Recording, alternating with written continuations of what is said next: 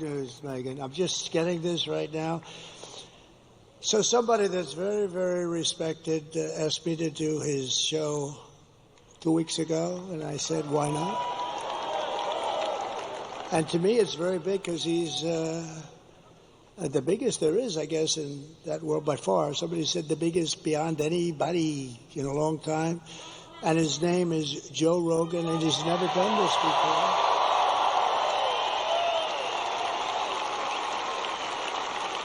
And it just came over the wires that Joe Rogan just endorsed me. Is that good?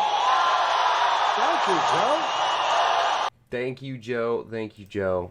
Hopefully that will be enough to push Trump over the line tomorrow. Because it's going to be all about turnout tomorrow. We've looked at the polls. Everybody's seen the polls. Early voter turnout was really, really low this year compared to 2020. Yeah, weird. Okay, we all know that's very weird. I watched the podcast where Joe Rogan talked to Elon Musk about the situation, and I couldn't actually find him verbally saying at that point that he endorsed Donald Trump. He seems to have done it in a tweet. We'll take a look at that right now. So this is the tweet, the X, the I don't know how to say it. The X, I don't know. I always call it Twitter. I can't get over it. But anyway, Joe Rogan says, the great and powerful Elon Musk. If it wasn't for him, we'd be naughty worded. He makes what I think is the most compelling case for Trump you'll hear, and I agree with him every step of the way. For the record, yes, this is an endorsement of Donald Trump. Wow. So that's great. I think he really got burned by Kamala when she refused to do his podcast. If you watch the whole podcast, I'll link that in the description below, hopefully, if I don't pass out before that.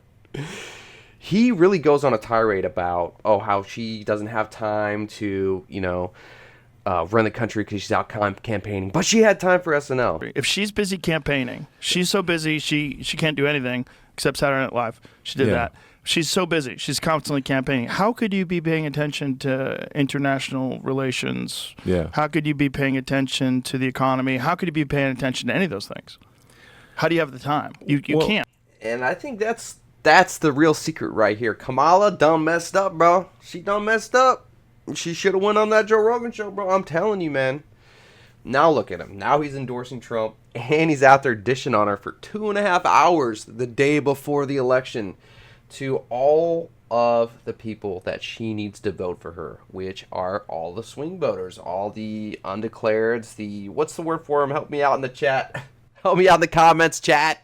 All the independents. She needs all the independents. And those are the people that listen to Joe Rogan. Or, back in the day when he started up, those were his core listeners, Democrats and independents. And the Democrats don't listen to him anymore because they consider him far right because he doesn't want, 600-pound dudes beating up chicks at a volleyball game. So, Joe Rogan's basically a natty. And so he ain't got no Dems watching him anymore. So the only people that are really watching him anymore is independents and Republicans, and they need independents because, as I was talking about earlier, the Democrats are not showing up to the polls for early voting. Historically, Democrats do not vote early. Republicans or Democrats vote early. They don't vote on the day of voting, right? And there's massive numbers missing from 2020, and they need the independents. Because those are the only people that can carry him to victory in all these swing states. So she done messed up, bruh. So anyway, if you think that you could beat Joe Biden in a foot race, go ahead and slap that like and subscribe button. Well, that's all I have for you now. We'll see you in the morning. Say a prayer that God saves this country tomorrow.